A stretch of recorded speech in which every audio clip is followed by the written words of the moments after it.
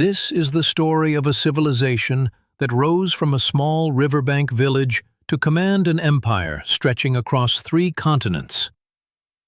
For over 1,000 years, the people of Rome transformed the ancient world through conquest, law, language, and legacy. It begins along the banks of a river called the Tiber, where early Latin tribes settled on 7 hills. These small communities would eventually unite into a single city, Rome. The Romans believed they descended from Trojan survivors. 2 brothers, Romulus and Remus, were said to have been raised by a wild animal. When the time came to found a new city, the brothers fought. Romulus killed Remus, named the city after himself, and became its first ruler. Rome's earliest days were ruled by kings. 7 monarchs governed in succession. During this time, temples were built, public works constructed, and the foundations of Roman society established. Much was learned from neighboring peoples, from architecture and engineering to religious rites and symbols of power. The 7th king was overthrown when his son committed a grave crime. In response, the Romans abolished the monarchy and swore never to be ruled by a king again. In place of kings, 2 leaders were chosen each year. These consuls shared authority and were guided by a council of elders known as the Senate. This marked the birth of the Roman Republic. Society was divided. Those from noble families were called patricians. The rest were known as plebeians. Though many plebeians were wealthy, they lacked political power.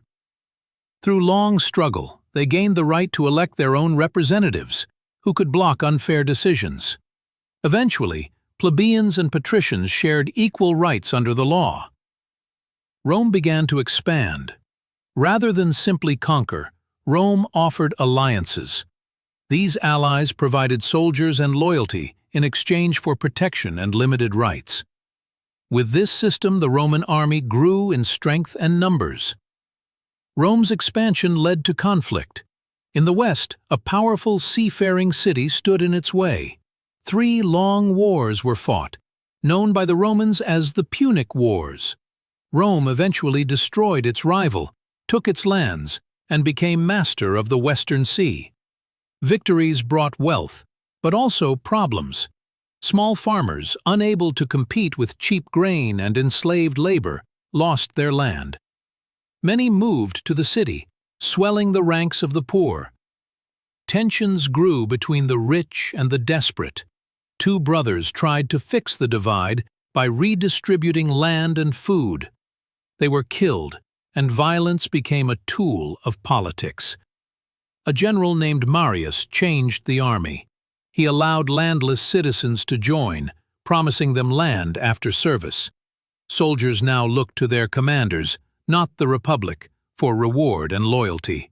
In time, generals became more powerful than the state. 2 of them, Pompey and Caesar, fought for control. Caesar crossed the river that marked the boundary of his military command and marched on Rome itself. After years of war, he emerged victorious, made himself ruler for life, and was soon assassinated by senators who feared he would become a king. Another power struggle followed.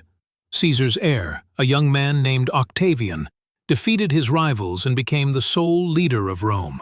He took the title Augustus, meaning the revered one. Though he claimed to restore the Republic, real power remained in his hands. Under Augustus, peace spread across the empire. Roads connected distant provinces.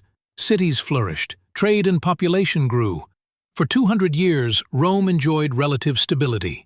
This period became known as the Roman Peace. Later rulers varied in ability and character. Some governed wisely, others were cruel or self-indulgent. Despite this, the empire expanded. New territories were added. Laws and roads bound the empire together. Over time, the lines between Roman and foreign blurred. More people were granted citizenship. A man born far from the capital could now rise through the ranks of the army or government. Eventually, challenges mounted. In the span of a century, dozens of emperors rose and fell. Many were chosen by the army. Some bought the throne. few ruled long. One emperor reorganized the empire. He divided it into regions and appointed co-rulers to share power. He filled the government with officials and removed power from the Senate. The capital was no longer the heart of the empire. Authority now rested with the emperor and his court. Not long after, a new faith was embraced. One ruler, claiming a vision before battle, declared that all religions were now legal. Later, another emperor made the new faith the official religion of the empire and closed the temples of the old gods. The empire split in two. The eastern half endured. The western half grew weaker. Waves of migrants and invaders swept in. Rome, once the center of the world, fell. The last Western emperor shared the same name as the city's legendary founder, Romulus. Yet even in its decline, the Roman legacy remained. Its language shaped others. Its roads endured. Its ideas of law, citizenship, and identity echoed far beyond its fall. From a small settlement on a riverbank to the heart of an empire, this was the rise, rule, and transformation of ancient Rome.